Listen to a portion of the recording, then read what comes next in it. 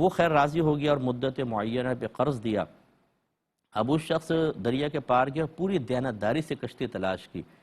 تو یہ یاد رکھیں کہ اگر آپ پہ کسی کا قرض ہے اور آپ پوری دیانتداری سے اس کو دینے کی نیت رکھتے ہیں،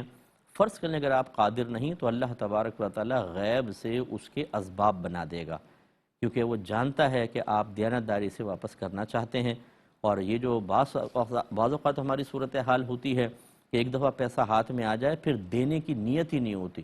واپس کرنے کو دل نہیں چاہتا۔ اس کے اوپر بھی پیچھے ہمارا کلام چلا تھا کہ اگر کوئی قرضہ کسی کا دبا لیتا ہے تو بہت شدید گنہگار ہوتا ہے، بہت شدید۔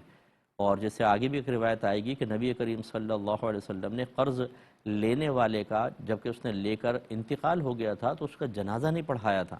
فرمایا کوئی اور پڑھا لے، جب تک کہ کسی نے اس کی کفالت نہیں کی۔ تو اس لیے خلاصہ کلام یہ ہے کہ اگر ہم پر کسی کی کوئی امانت ہے وہ ہم نے ضائع کر دی یوں کہہ لیں، اور قرضہ ہے ہم واپس ابھی نہیں لوٹا سکتے تو مہلت لیں اور نیت دل میں رکھیں کہ واپس لوٹاؤں گا، تو اللہ تعالیٰ غیب سے مدد کرتا ہے۔ جیسے اس کو دیکھیں، یہ تو خیر پیسے لوٹانے پر قادر تھا لیکن وسیلہ اور ذریعہ نہیں مل رہا تھا جس سے وہاں تک پہنچاتا، تو اس نے اللہ تعالیٰ پہ بھروسہ کر کے لکڑی کے اندر رکھا، رکعہ رکھا اس کے نام، اور دریا میں ڈال دیا اللہ کے بھروسے پر کہ اللہ تعالیٰ اس کو پہنچا دے گا۔ اب اس کے باوجود کہ اس نے اللہ پہ بھروسہ کیا، جب اس کو کشتی ملی یہ پیسے لے کر بھی پہنچ گیا۔ اب یہ کیا چیز ہے؟ ایک طرف دیکھیں اللہ پہ توکل اور بھروسہ ہے کہ اس نے کشتی اس کو لکڑی کو دریا میں ڈال دیا کہ اللہ تعالیٰ یہ قرض خواہ تک پہنچا دے، اور میں مطلب یہ کہ تجھ پہ بھروسہ کر رہا ہوں، اور جب وہ دے دی اس کے باوجود جب کشتی ملی تو پیسے لے کر بھی پہنچ گیا۔ تو کیا یہ دونوں باہم چیزیں ٹکراؤ والی ہیں؟ تو بالکل بھی نہیں۔ یہ اچھی طرح یاد رکھیں کہ توکل کا مطلب اردو میں اس کو بھروسہ کہتے ہیں۔ اللہ تعالیٰ پر توکل یا بھروسہ کرنے کا مطلب یہ نہیں ہے کہ ہم کوشش ترک کر دیں، بلکہ ہم کوشش کریں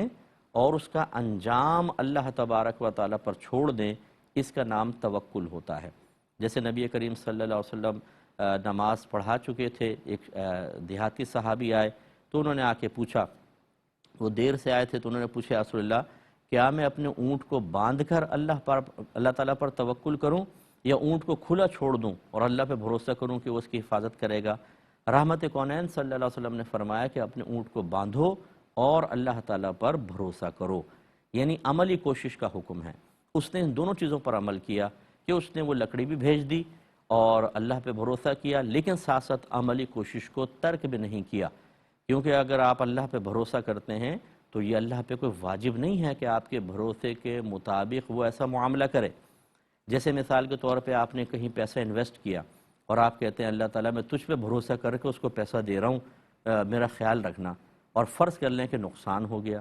اب آپ نے کہا اللہ تعالیٰ میں نے تو تجھ پہ بھروسہ کر کے دیا تھا، تو آپ نے بھروسہ کیا، بہت اچھی بات ہے، لیکن یہ کہاں اللہ کا وعدہ ہے کہ اگر تم اللہ پر اس طرح بھروسہ کر کے کوئی کام کر بیٹھو گے تو وہ تمہاری مرضی کے تابع ہو کر رزلٹ بالکل مرضی کے مطابق دے دے گا؟ ایسا تو کہیں پر بھی نہیں ہے۔ توکل بھروسہ اچھی چیز تھی، لیکن آپ کو ترک کوشش نہیں کرنی چاہیے تھی، بلکہ جو کمزور اعتماد اور کمزور اعتقاد کا آدمی ہے اسے تو ہم کہتے ہیں کبھی ایسا نہ کرو،